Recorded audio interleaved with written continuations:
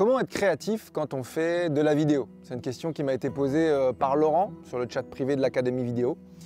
Question à laquelle je vais tenter d'apporter quelques éléments de réponse à partir de qui je suis. Mais juste avant, sachez qu'il vous reste 24 heures pour ceux qui ne se sont pas encore offerts le Master Training DaVinci Resolve 17. Il vous reste 24 heures avant que son prix devienne définitif. Donc regardez le lien qui s'affiche en dessous de la vidéo et ne manquez pas cette occasion de vous faire un véritable beau cadeau. Formation complète sur le logiciel DaVinci Resolve 17 pour les débutants où vous trouverez toute la partie montage, étalonnage, mixage, Fairlight, fusion, etc. etc. Et c'est véritablement un très beau cadeau à se faire quand on a envie d'apprendre tout ce qu'il y a à savoir sur ce logiciel. Concernant la créativité, le premier point qui me semble essentiel, c'est l'autorisation. L'autorisation à être qui vous êtes dans vos imperfections. C'est-à-dire que le premier pas vers chaque création, parce qu'on parle de créativité, donc la création en elle-même, le premier pas vers cette création, c'est le fait de faire les choses. Ce qui différencie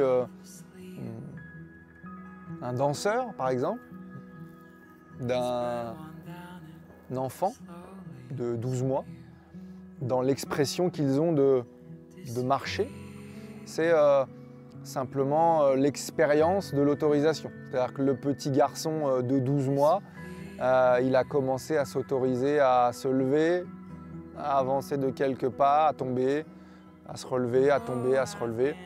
Et puis une quinzaine d'années plus tard, c'est devenu un danseur qui, à force de pratique, eh bien, maîtrise l'art du mouvement pour donner quelque chose de créatif, de beau et d'inspirant. Donc la première chose, c'est de vous autoriser à faire les choses. Une chose existante, une création existante sera toujours plus inspirante qu'une création qui n'existe pas ou qui n'existe que sur le papier ou que dans votre tête.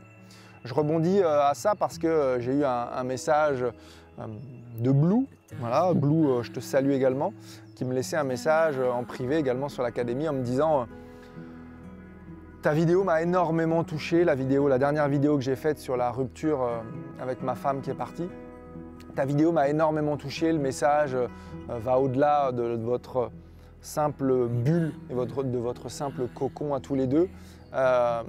Et moi, je ne m'autorise pas à faire ces choses-là. J'aimerais et j'ai plein de messages à diffuser au monde, mais je ne me l'autorise pas. Et bien, la première marche et le premier pas vers la créativité, il est là. Il est de s'autoriser à être imparfait. On s'en fout d'être imparfait en fait. On s'en fout de louper, on s'en fout que le son soit peut-être un peu de mauvaise qualité, on s'en fout qu'il y ait peut-être quelques frottements, on s'en fout que le cadre soit peut-être un peu bancal. On s'en fout qu'il soit 15 h de l'après-midi un dimanche et que le soleil soit à son zénith et que les ombres sur mon visage ne soient peut-être pas belles. On s'en fout que je porte des lunettes et c'est pas du tout une marque de non-respect envers vous. C'est juste que j'ai été opéré des yeux et du coup, avec le soleil, je suis obligé d'en porter. Donc tout ça, on s'en fout en fait. La seule chose qui est importante, c'est que vous vous autorisiez à être vous-même et que vous décidiez qu'à partir d'un moment donné, ce que vous aviez à partager, le message que vous aviez à partager au monde est plus important que les peurs que vous puissiez avoir et est plus important que l'éventuel regard que les gens vont porter sur votre œuvre. Vous ne faites pas une œuvre et vous ne faites pas une création pour attendre en retour quelque chose du regard des gens. Non, ça doit venir de quelque chose qui est beaucoup plus profond, de beaucoup plus viscéral. Et peu importe la forme, on parle de la vidéo, mais si quelqu'un regarde cette vidéo et qu'il est chanteur, dessinateur, écrivain, peu importe, ça doit venir de quelque chose qui est de l'ordre de « Ok, j'ai besoin de transmettre ce message ». Et vous ne devez jamais minimiser l'impact que ce message peut avoir sur quelqu'un. Vous ne savez jamais à quel moment ce que vous avez à diffuser en message va tomber sur quelqu'un sur qui ça va changer beaucoup de choses. Les messages sont très très très puissants et chacun de nous renferme en lui un talent, quelque chose qui est de l'ordre du génie. J'aime beaucoup cette citation qui dit Si vous jugez un poisson à sa capacité à grimper à un arbre, il va penser toute sa vie qu'il est débile. Et bien c'est exactement ça. Chacun de nous, vous qui regardez cette vidéo, vous avez un talent qui est unique. Peut-être que c'est l'art d'écrire, peut-être que c'est l'art oral, peut-être que c'est l'art de jouer, peut-être que c'est danser, peut-être que c'est faire de la poterie, peut-être que c'est tout simplement faire de la cuisine, etc., etc. Mais à travers votre art et à travers votre zone de génie, vous devez offrir au monde ce que vous avez de plus beau. Et ça, c'est le premier pas vers la créativité. Donc s'il vous plaît, autorisez-vous à être complètement imparfait, mais faites les choses. Le deuxième point que je voulais aborder concernant la créativité, ce sont les émotions. Les émotions qui sont des témoins privilégiés du fait que nous sommes incarnés dans un corps de matière et que nous faisons l'expérience de la vie. C'est-à-dire qu'à travers chaque expérience que la vie met sur votre passage, qui est censée vous faire grandir, vous faire comprendre certaines choses, eh bien les émotions sont là pour témoigner du fait que vous les avez bien vécues, que c'est voilà, quelque chose qui s'imprègne de façon énergétique, une trace énergétique qui s'imprègne à l'intérieur de vous et qui vous permet de donner corps à l'existence de cette expérience que vous venez de faire. Et le fait de s'appuyer sur vos émotions, eh bien, c'est toujours quelque chose qui est intéressant.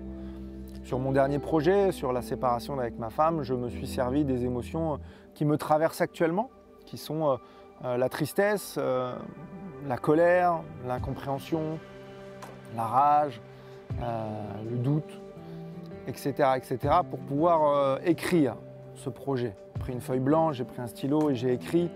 Et ça m'a permis de donner naissance à ce projet qui va bien au-delà du simple couple que nous formions.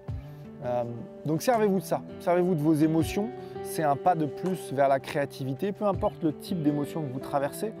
Servez-vous de ça pour voilà, faire vos projets et puis diffuser vos messages.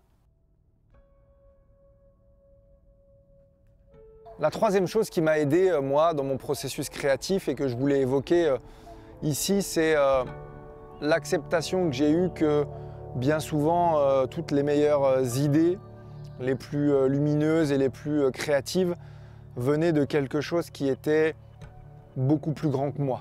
Quand je dis beaucoup plus grand que moi, je fais référence à quelque chose qui est de l'ordre du spirituel. Appelez-le comme vous voulez, appelez-le Dieu, appelez-le l'univers, ou appelez-le tout simplement Gaïa, Mère Nature, comme le font les peuples premiers autochtones.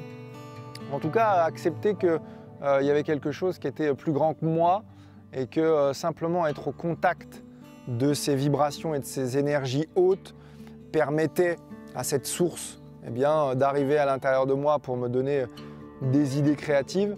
Eh bien, ça a été une grande aide déjà dans un premier temps et ça a été aussi une espèce de soulagement de me dire ok, je laisse faire, je laisse venir, les idées vont venir et voilà, moi j'aurais juste à les retranscrire, à les noter plutôt que de batailler avec nos idées qui sont conceptuelles et qui sont souvent limitées dans notre cadre de notre vie ici. Le fait d'accepter ces énergies et ces idées qui viennent de plus haut, eh bien, va vous aider aussi à retranscrire tout ça. Donc voilà, pour s'arrêter ici, pour pas que ça soit trop long, voilà, la première chose, c'est vraiment autorisez-vous. Autorisez-vous à être imparfait, autorisez-vous à faire les choses.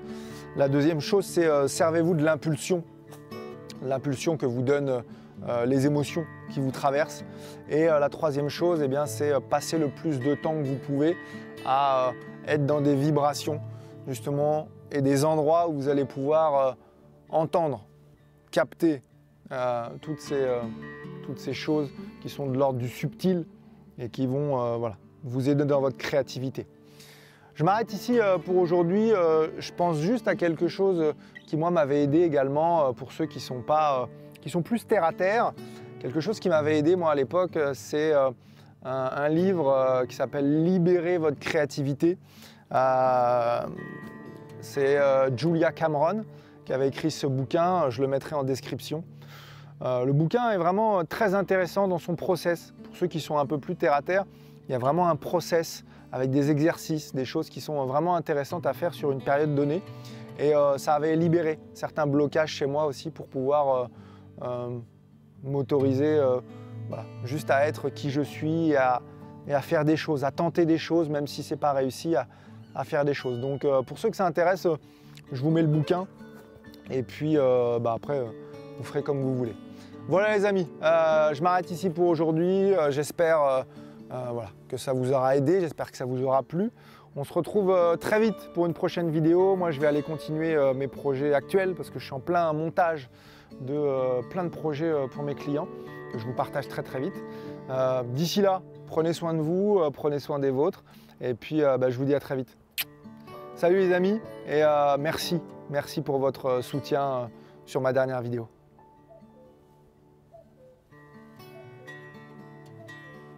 Je crois que le coucou est d'accord avec tout ce que je viens de dire. Alors c'est cool.